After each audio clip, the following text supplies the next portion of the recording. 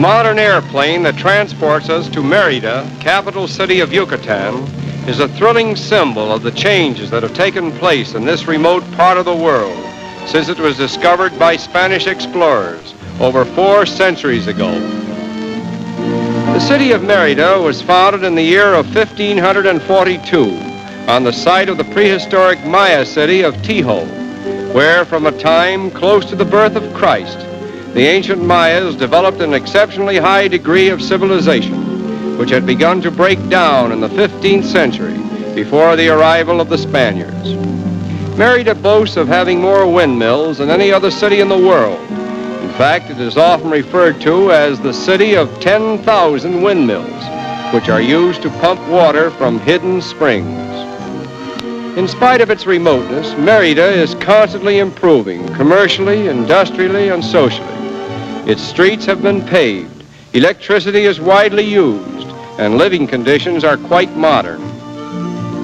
Occupying the site of an ancient Maya temple is the Cathedral, which is considered to be one of the finest structures of its kind in Mexico.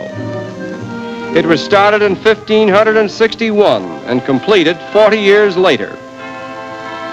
The stones used in the cathedral were taken from the primitive Mayan temples, and it is estimated that 300 Indians were used in the construction work.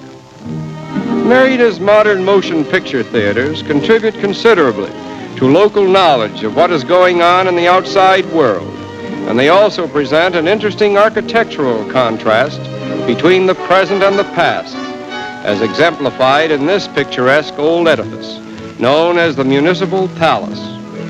It was here that Yucatan proclaimed its independence from Spain on September 15, 1821, after more than 2.5 centuries of Spanish dominion.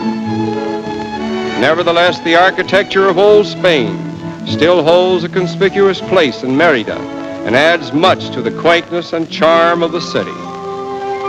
Floral beauty is appreciated by all peoples and all countries, but in Mérida it seems to attain a more exalted feeling. In fact, it borders on flower worship, and in some instances it parallels religion itself. Although the Yucatecans are noted for their tolerance and broad-mindedness, the outstanding religion of Yucatan is Catholicism, and many fine churches bear witness to the unfailing devotion of the people to that creed. The gayest season in Mérida is during the annual carnival, which begins in mid-February and continues for several weeks. Although concerts and festivals are arranged at this time, dancing is the most popular diversion.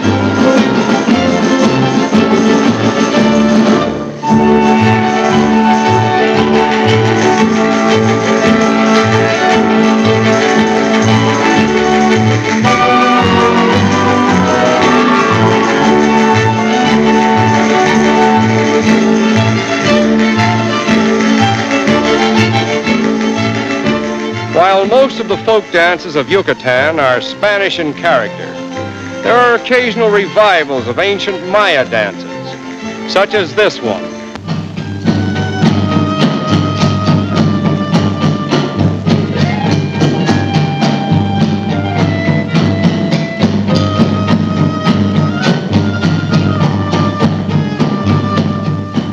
This dance goes on indefinitely, but our plane now takes us to another quaint city in Yucatan, known as Campeche, situated 90 miles southwest of Mérida on the peninsula of Yucatan, overlooking the historic Bay of Campeche.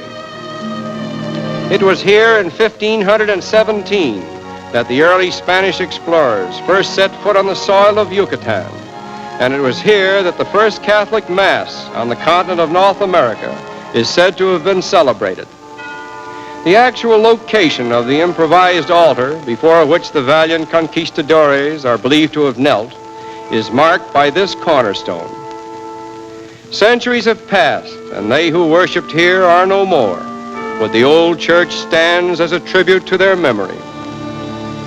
The old walls 8 feet thick which still surround the city of Campeche are in a remarkably good state of preservation, even though their construction dates back to the 16th and 17th centuries. They were built as a protection from the pirates who were attracted by the town's wealth, as well as its beautiful women. Generally speaking, Campeche, like Mérida, is a fair city of peace, order, security, and noteworthy cleanliness, inhabited by a courteous and friendly people who love learning and progress, and emphasize it by sending many of their young men and women to foreign colleges and universities for their education.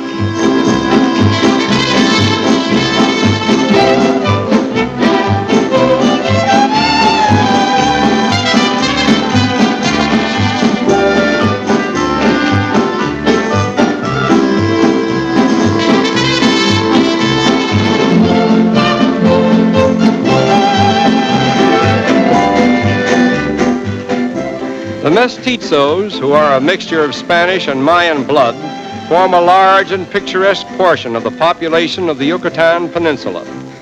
They are inherently peaceful and contented, and they still cling tenaciously to the manners and customs of their ancestors. These costumes are typical of Yucatan, and many of them have been handed down from mother to daughter for generations.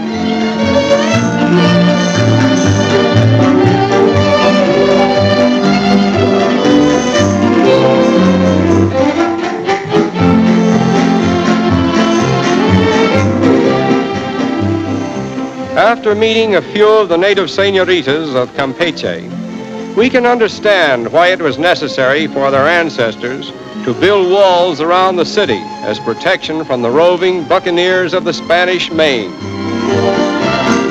It is always with much reluctance that we say farewell to native pulchritude in any country, but that is the fate of world travelers, and now again we must sail away to other ports of call. Before departing, however, we will take a final glimpse of the Venetian-like Bay of Campeche, the countless little windmills that rise above the dwellings in the town that was once a commercial metropolis in the New World, where Spanish galleons found haven and the glory of Spain reached its zenith. Campeche, you were great then, and the memory of it all makes you historically famous now.